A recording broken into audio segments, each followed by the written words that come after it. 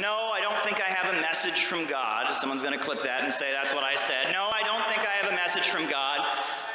Did you ever think that a black man named Barack Hussein Obama would be elected president of the United States? And did you ever think that Donald Trump would be elected president of the United States? And did you ever think that on the last day of Donald Trump's presidency, or on at the very end, on January 6th, a bunch of rednecks would run through the White House, the Capitol building with horns on their head and act crazy? And did you ever think that all these kids on Twitter that are all calling everyone's a Nazi this and a Nazi that, and everyone's a Nazi, Nazi, Nazi, would then start fundraising and doing everything they could to support actual Nazis in Ukraine? I don't need some message from God to tell me where we're headed. I'm just trying to tell you what's right in front of your face. It's right in front of your face, if you can see it. A storm is coming. A storm is going to come.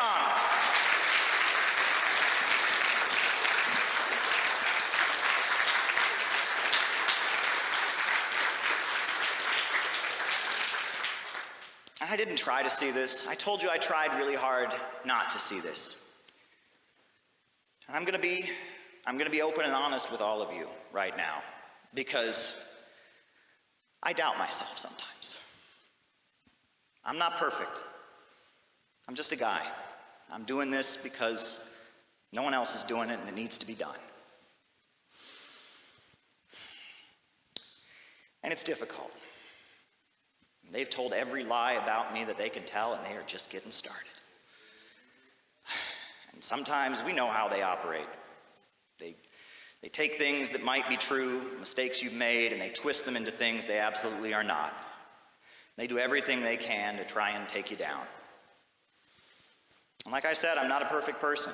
I've made big mistakes in my life. I'm not ashamed of it. And I'm not here to defend Caleb Maupin. I'm not here to convince you Caleb Maupin's a good guy or he's a perfect guy. I'm here to call out the imperialists. I'm here to do what needs to be done. And no one else is doing it, and I'm going to keep doing it.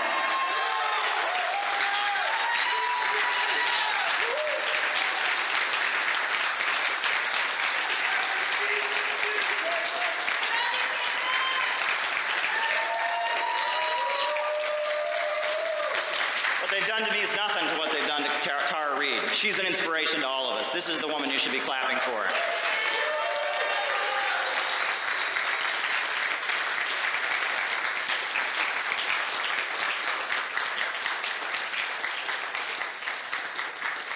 Now, what's behind the crisis? What's behind this crisis that we're facing? Well, we can find the answer. We can find the answer in the Communist Manifesto. This is what Karl Marx wrote back in 1848. He said, "In these crises, there breaks out an epidemic that in earlier epochs would have seemed an absurdity. The epidemic of overproduction. Society suddenly finds itself put back into a state of momentary barbarism. It appears as if famine, a universal war of devastation, had cut off the supply of every means of subsistence. Industry and commerce seem to be destroyed. And why? Because there's too much civilization, too much means of subsistence, too much industry, too much commerce. The conditions of bourgeois society are too narrow to comprise the wealth created by them."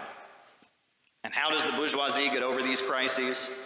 On the one hand, by enforced destruction of a mass of productive forces, and on the other, by the conquest of new markets, and through the exploitation of the old ones. And that is to say, by paving the way for more extensive and more destructive crises, and by diminishing the means whereby the crises are prevented. The high-tech economy that they've created doesn't have a place for industrial workers in it. They have gotten so good at producing iPhones and iPads and every product that you want, and they've gotten so good at hiring as few people to do it, that now millions of us, as I've said before, stand outcast and starving amid the wonders we have made. And they've got two solutions to solve this. One, degrowth. Drive down our living standards, drive down our wages, make us all poorer, drive in poverty, grind us all into poverty. And two, have a big, huge war with their competitors in Russia, China, Venezuela, and Iran. That's their way out of the crisis. But we also have the opportunity to see the storm that's coming and to swing into action and do what needs to be done. But deeper than the fact that we have a crisis of the economic system of capitalism that's built in, we're heading toward what I think might be the ultimate big Gotterdammerung of capitalism. In addition to that, I think that there's a deeper crisis in the country because ideology is important.